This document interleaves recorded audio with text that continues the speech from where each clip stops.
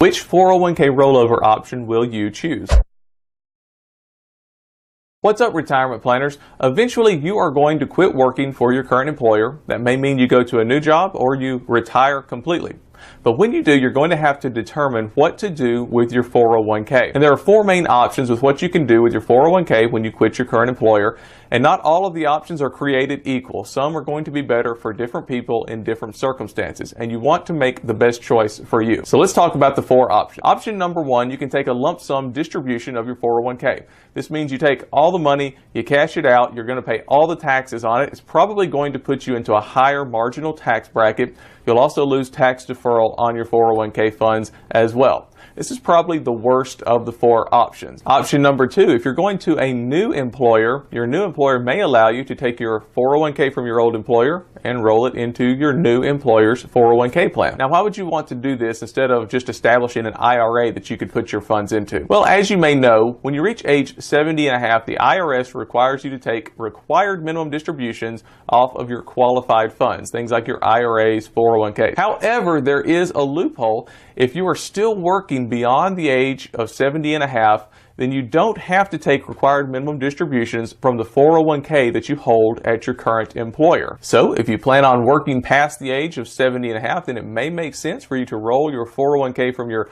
old employer into your new employer and keep it there, and you can delay having to do the required minimum distributions beyond the age of 70 and a half. Option number three, you could leave your 401k at your old employer.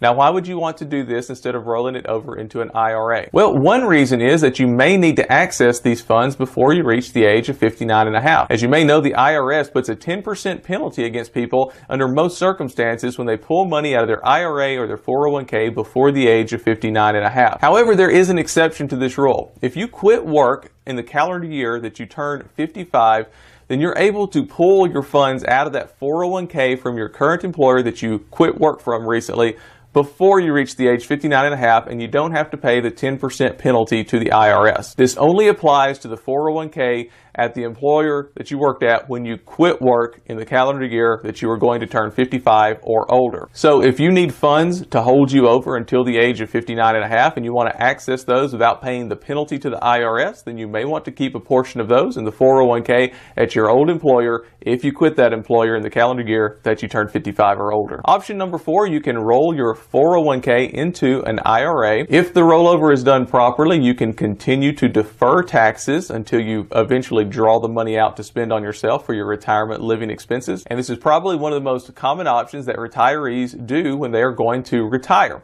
And the reason is it gives them a lot of flexibility. They have access to a lot more investments and they can do a lot more with their money to prepare them and plan for their retirement. For example, they can take a portion of this 401k and put it into an IRA that's managed money in the market that gives you the potential for greater growth. And you can take a portion of the 401k funds and roll another portion into an IRA that's in a fixed annuity that has more conservative growth but no downside loss if the market goes down. You can even take another portion of it for liquidity purposes, just to have cash on hand, and roll it into a CD at the bank that's also an IRA so that you continue your tax deferral. So you can do all these things and a lot more when you roll into an IRA from your 401k plan, and if you do it right, you can keep the tax deferral